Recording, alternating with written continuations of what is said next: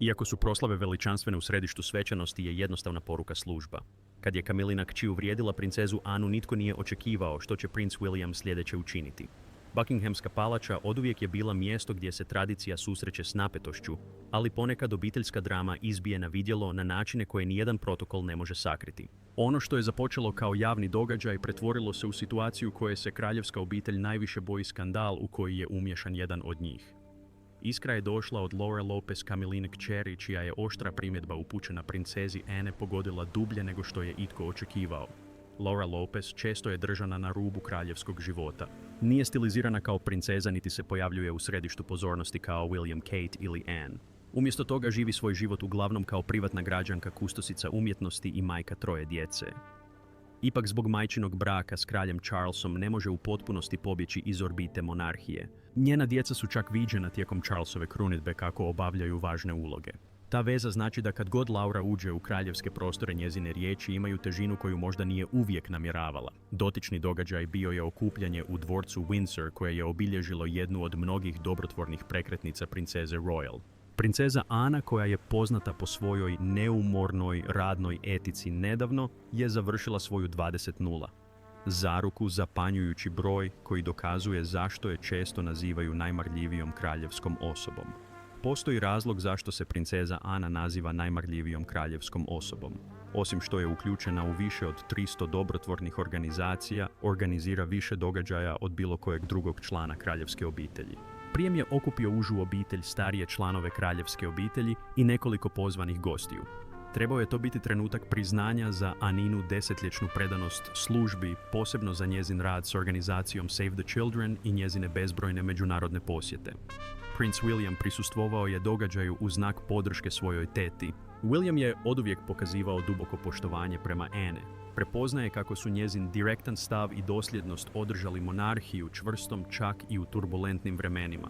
Za Williama Anna predstavlja dužnost u njenom najčišćem obliku. Divio joj se kao djetetu gledajući je kako se natječe u konjičkim utrkama, a kao odrasla osoba često se oslanjao na njezin primjer kada je rješavao svoje rastuće odgovornosti.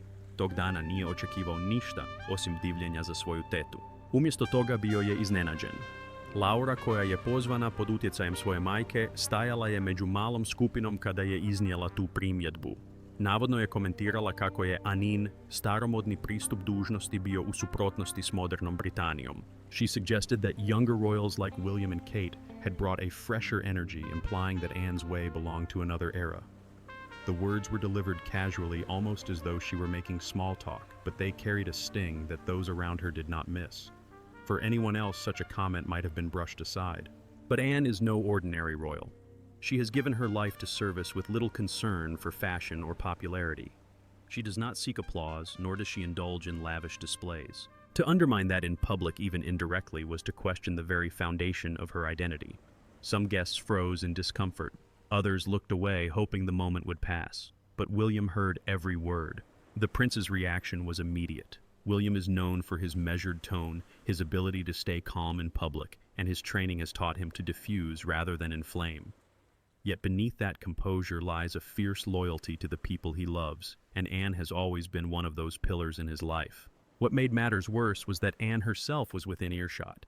She did not react outwardly, maintaining the stoic composure she is known for. But those who know her well could sense the slight tightening of her lips, the subtle steel in her posture. Anne has endured criticism throughout her life, from being overlooked in favor of her brothers to facing questions about her personal choices. But hearing it from within the family circle in such a public setting was a different wound.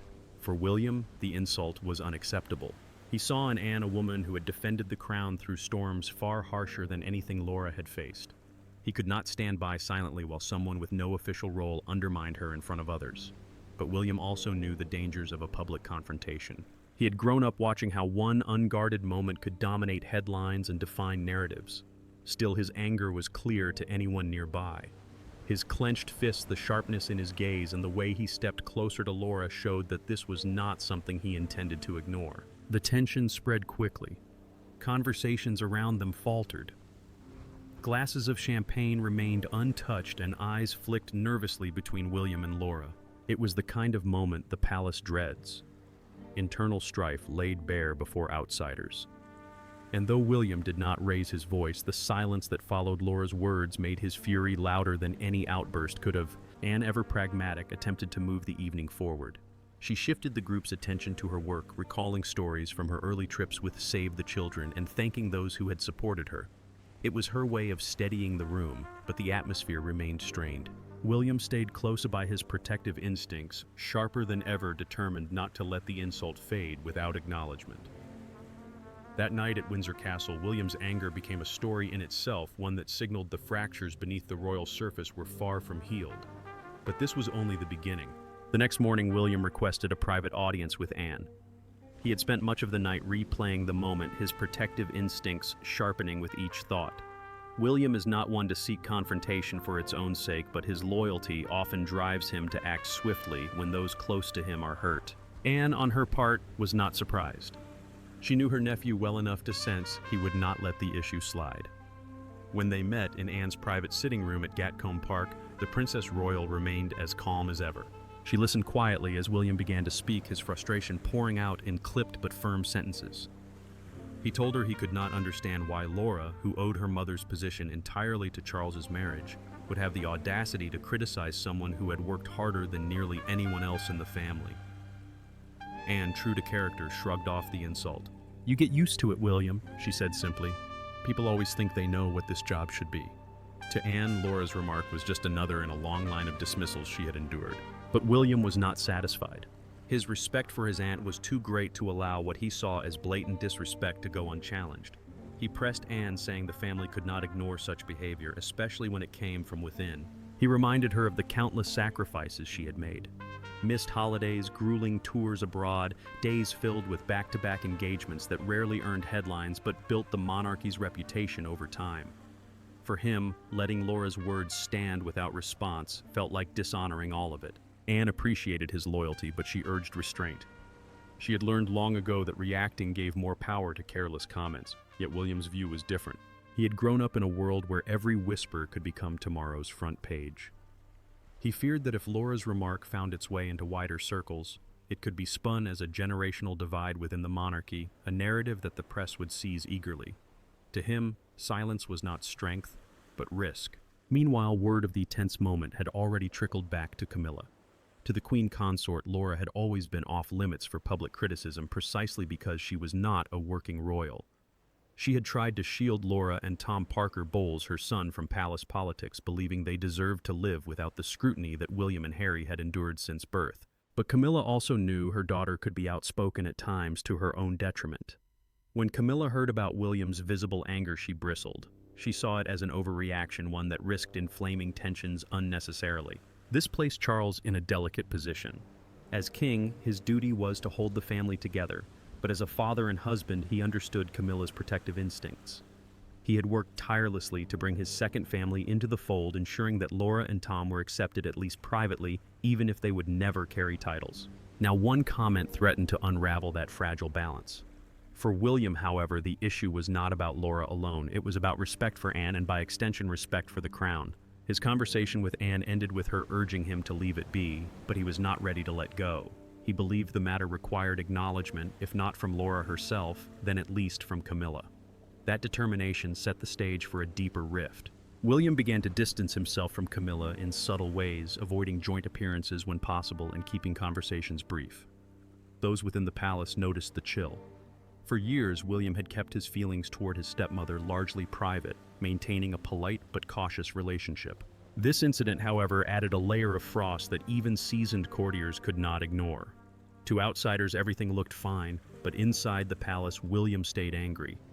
Anne stayed calm, Camilla stayed guarded, and the mood in the royal family quietly changed. Informal gatherings grew more careful, with courtiers subtly adjusting seating arrangements and ensuring William and Laura were not placed in close proximity. Charles tried to smooth things over, reminding his son that Laura had not meant her words maliciously, but William remained firm. For him, intent mattered less than impact, and the impact on Anne was clear in his eyes. This tension showed how weak the relationships in the royal family were, and Charles, caught between them, faced yet another test of his ability to keep unity in a family often defined by division. Keep watching, because the tension is far from over. If Anne had handled it alone, the issue might have quietly disappeared. But William wouldn't let it go, and soon the tensions spread through the royal family. The first clear sign came at a charity gala held at Clarence House, filled with familiar faces from the worlds of art and culture. Laure Lopes. Camilla's daughter was there too, as usual. As an experienced art curator, Laura was used to events like this. She was confident, well-dressed, and friendly when speaking about her work. But when William walked in with Catherine, the mood shifted. People felt it. Something was off. Though most guests didn't know why, they could sense the tension in the air. It was clear that something bigger was at play. Laura naizgled bezbrižno držala se staloženo. Živahno je čavrljala o nadolazećoj izložbi koju je pomagala organizirati, smijala se s obiteljskim prijateljima i pozirala za fotografije. No William se držao distance, a njegov izraz lica nije odavao nimalo topline koju je često pokazivao na javnim događajima. Catherine, uvijek pronicljiva, primijetila je to i pokušala ublažiti napetost uljudnim razgovorom s Camillom. Ali čak ni njezina smirena gracioznost nije mogla u potpunosti prikriti napetost. U jednom trenutku te večeri Laura i William su se sreli. Ono što je možda bila pristojna razmjena misli pretvorilo se u oštar podsjetnik na podjelu. Prema onima koji su bili dovoljno blizu da čuju, William je uputio ukočen pozdrav, dok je Laura s tračkom prkosa primijetila da se nada da će svi moći zadržati perspektivu oko usputne primjedbe. Za nju je problem bio preuveličan. Nije smatrala da je ozbiljno uvrijedila Anne, ali Williamu je njezino odbijanje da prizna povrijeđenost potvrdilo uvjerenje da joj nedostaje poštovanja. Ova suptilna razmjena nije promakla Camilli. Brzo je uskočila, zaštitnički je odvela Lauru i ponudila osmijeh koji nije uspio prikriti njezinu iritaciju. Za Camillu situacija je bila nepravedna. Njezina kći, koja nije odabrala život pod svjetlima reflektora, sada je bila suđena prema standardima za koje se nikada nije prijavila. Šapnula je Lauri da to pusti, ali Laurin ponos je već bio u pitanju. Anne je u međuvremenu zadržala svoju uobičajenu prisebnost. Veći dio večeri provela je razgovarajući s donatorima i ohrabrujući mlađe članove kraljevskog kućanstva. No Catherine je kasnije prijateljima primijetila da su Annina ramena teža nego inače, kao da je nosila ne samo obiteljske dužnosti, već i teret toga što je središte neželjenog razdora. Sljedeći dani donijeli su nove komplikacije. Osoblje palače, koje je često nevidljivi promatrač obiteljske dinamike, počelo je razgovarati. Šaputanja o Williamovom neodobravanju, Laurinoj primjedbi i Camillinoj reakciji širila su se hodnicima. Dok javnost nije bila svjesna, privatni svijet monarhije brujao je od nagađanja. Rizik kojeg se William bojao da bi se jedan neoprezan komentar mogao pretvoriti u narativ o podjeli sve se više približavao. Charles, osjetivši prijelom, sazvao je privatni obiteljski sastanak u Buckinghamskoj palači. Želio je da se stvari razjasne prije nego što izmaknu kontroli. Okupljeni u malom salonu daleko od velikih državničkih odaja, grupa je sjedila u neugodnoj tišini. William, Anne, Camilla i Laura bili su prisutni, a tiho im se pridružila Catherine, koja je služila kao stabilizirajući utjecaj. Charles je započeo odmjerenim riječima, podsjećajući ih da je jedinstvo najveći štit obitelji. Govorio je o osjetljivom mjestu monarhije u modernoj Britaniji i kako čak i privatne uvrede mogu poljuljati povjerenje ako ikada dospiju u javnost. Ton mu je bio miran, ali oči su mu odavale zabrinutost. William je prvi odgovorio, čvrsto tvrdeći da je primjedba o Anne prešla granicu. Govorio je s uvjerenjem, ističući desetljeća nesebičnog rada svoje tete i koliko ju je duboko cijenio. Njegove su riječi imale težinu jer su svi u sobi znali koliko William cijeni Annin primjer. Laura se međutim nije povukla. Ustrajala je da nije namjeravala nikoga uvrijediti i da su njezine riječi shvaćene preozbiljno. Objasnila je da je govorila ležerno, bez namjere da je osobno napadne. Zbunjujuće joj je bilo da takva primjedba može izazvati toliko nereda. Anne se umiješala, pokušavajući uspostaviti ravnotežu. Priznala je da je komentar bolan, ali je pozvala sve da ne dopuste da situacija dalje eskalira. Glas joj je bio miran, odražavajući istu otpornost koju je pokazivala cijelog života. Pa ipak čak ni njezin pokušaj smirivanja nije mogao izbrisati napetu atmosferu. Camilla je tada progovorila glasom obojenim frustracijom. Podsjetila je Williama da su njezina djeca namjerno izbjegavala javne uloge upravo kako bi spriječila ovu vrstu nadzora. Tvrdila je da je uvlačenje Laure u sporove oko palače nepravedno, s obzirom na to da je imala vlastiti život i karijeru izvan krune. No William se usprotivio, rekavši da kada se jednom primjedbe iznesu u obiteljskom krugu, one imaju težinu bez obzira na titule ili uloge. Sastanak je završio bez potpunog rješenja. Charles, iako je pozivao na pomirenje, nije mogao prisiliti na dogovor. Anne je otišla tiho, kao i uvijek, vraćajući se svom poslu s nepokolebljivom postojanošću koja ju je definirala. William je otišao i dalje nezadovoljan, osjećajući da njegova poanta nije bila istinski priznata. Laura i Camilla su sa svoje strane otišle osjećajući se zaštitnički i obrambeno uvjerene da je Laura nepravedno izdvojena. Ono što je ostalo nakon tog okupljanja bila je dublja podjela, suptilna ali stvarna. Javnost je vidjela osmijehe i ceremoniju, ali iza zidina palače povjerenje je narušeno. Za Williama problem je prerastao u pitanje principa. Za Camillu i Lauru radilo se o obrani dostojanstva njihove obitelji, a za Anne to je bio još jedan teret koji je tiho nosila dok je nastavljala obavljati svoje dužnosti. Sjeme sukoba bilo je posijano i iako nije bilo vidljivo u vanjskom svijetu, počelo je puštati korijenje u privatnom tlu monarhije. Ono što je uslijedilo još će više testirati obitelj. Kako su tjedni prolazili, neslaganje između Williama i Camilline kćeri nije se smanjivalo, već je preraslo u neizrečenu barijeru na obiteljskim okupljanjima. Naizgled sve se činilo uglađeno. Upućivani su osmijesi kamerama, rukovale su se i održavali govori s uobičajenom formalnošću. Ali ispod svega toga napetost je ostala i svi u kućanstvu su to znali.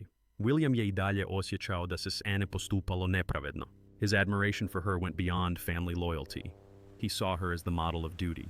Anne's decades of service carried out with little desire for attention had always impressed him. Unlike others who sometimes sought recognition, Anne worked because it was expected, because she believed in it.